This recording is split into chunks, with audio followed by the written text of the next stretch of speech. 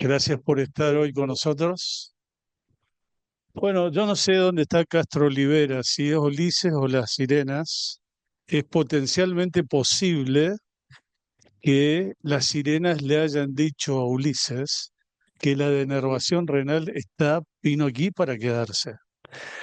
Ahora, algunas de las dificultades que tenemos hoy en día con respecto a la denervación renal y a la lectura de los resultados iniciales, que no fueron muy beneficiosos para la denervación, es los puntos finales usados en los análisis.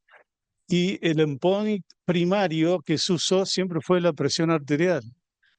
Es más fácil, menos costoso, requiere menos cantidad de pacientes para realizar una valoración de punto final. Sin embargo, los, el efecto directo de la presión arterial reducida se traduce en el impacto que tiene como MACE.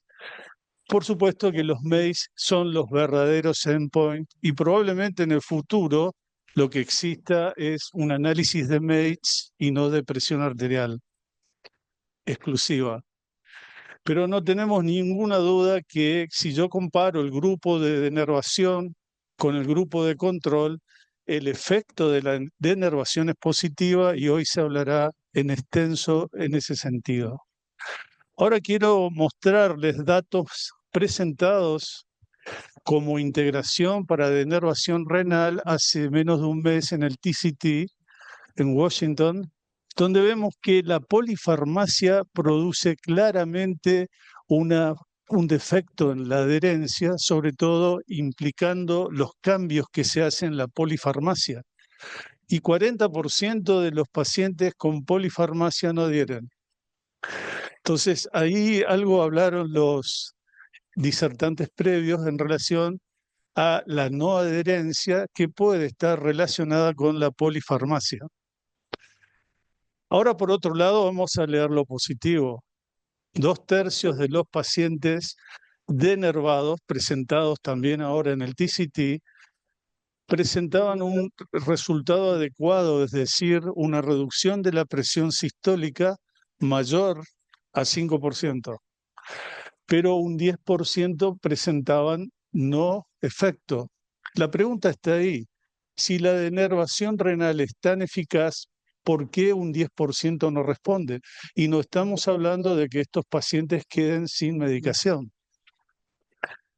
Veamos qué tenemos en función a la proteómica. Hay dos situaciones que hoy pueden predecir el efecto precoz y a largo plazo de una denervación exitosa.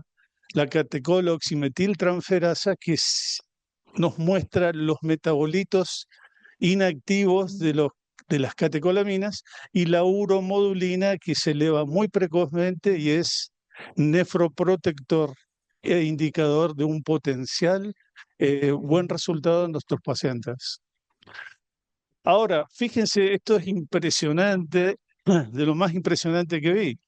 Si yo junto todos los pacientes de todos los ensayos clínicos, tengo 35.000 analizados por la FDA, que equivale a 35 millones de pacientes en condiciones de ser denervados solo en Estados Unidos. Oh my gosh. De los cuales un tercio puede no responder, 10 millones, pero acá está el análisis. 35 millones de pacientes potencialmente denervables solo en Estados Unidos. Nosotros hicimos el primer caso en el inicio, en el día de la fecha. Ahora, no hay ninguna duda, y hay un montón de guías y statements que nos dicen que la racionalización de los fármacos es absolutamente necesaria para obtener una buena denervación, pero también informar adecuadamente al paciente y tener una decisión multidisciplina que podríamos llamar el HTA Team. También el Dionisio mostró esto. Esto es un mapeo de las fibras nerviosas simpáticas proximales en la arteria renal y su densidad, que es mayor en nervios más gruesos en el tercio proximal, y la menor densidad de acuerdo a la distancia de la luz del vaso a los nervios, pero tenemos que tener esto presente. Hoy, con la denervación actual, como vimos hoy, el rango de la denervación de la grasa perirrenal es 7 milímetros. Si hay un nervio que está más allá de esa distancia, no vamos a tener un efecto con denervación renal. Cuando uno entonces dice, ¿por qué los resultados no fueron buenos? Y acá en un análisis cadavérico vemos que el ganglio estrellado de la aorta, que recibe la eferencia para ir al sistema nervioso y producir el impacto simpático, es diferente en cada persona y es diferente su densidad de pequeños. Cada uno de estos filamentos neurológicos que rodean a la arteria renal contienen 100 axones. Y eso es lo que creemos que tenemos que ir a denervar. Pero, sin ninguna duda, lo que estamos haciendo es un efecto potencialmente empírico. Estamos denervando a qué distancia, qué número de axones, etcétera. Y recientemente publicado en Hypertension Research de la revista Nature Cardiology, se demuestra el estudio SMART, en el cual antes de denervar yo tengo que estimular el simpático y ver el HOT, la zona más caliente de denervación. Por lo tanto, lo que ha logrado el SMART con este producto chino que fue aprobado hace 2 meses en China, el CIMET, es denervar el sitio exacto y en la profundidad exacta. Esto puede impactar en los resultados a largo plazo. También hay un montón de statements, pero básicamente en el 2024 empezaron a salir nuevas valoraciones sobre la denervación renal. Y hoy no solo, hoy vimos el Spiral, vimos esta, pero tenemos ultrasonido y tenemos también inyectar alcohol para producir toxicidad en los nervios perirrenales. Esto vimos, para nosotros, queríamos mostrar en detalle, pero es un procedimiento muy sencillo de realizar.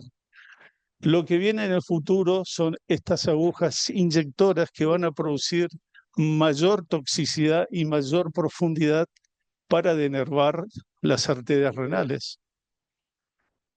Por lo tanto, este eje de comunicación de aferencias, eferencias, para producir un impacto simpático en los riñones con liberación de renina, va a tener una implicancia de que vamos a poder saber, todavía hablando incluso con los técnicos de Medtronic, estamos un poco lejos de poder denervar eficazmente y obtener mejores resultados.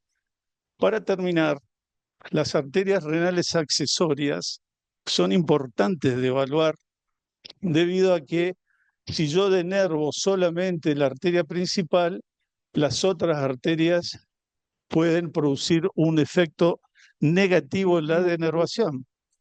Y es importante pensar esto al momento de hacer la planificación de la denervación renal, teniendo en cuenta los milímetros en el segmento proximal, medio y distal, y teniendo en cuenta también que los nervios más importantes pueden estar fuera del rango de denervación, que son aproximadamente 7 milímetros. Por último, y lo que verdaderamente me pidió José que diga hoy, es cómo yo logro una denervación adecuada. Y tengo que seguir todos estos pasos, son pasos técnicos, pero que implican el trabajo de un team en hipertensión. Respecto a las arterias renales que recibieron stent previo, hay una demostración activa y hay como un desconocimiento de si puedo denervar segmentos con stent en las arterias renales. Recuerden, una cosa es la nefropatía isquémica y otra es la hiperactividad simpática, totalmente diferente. Y tenemos un metaanálisis del estudio Spiral distal, donde también denervamos, como vieron hoy, las ramas de bifurcación.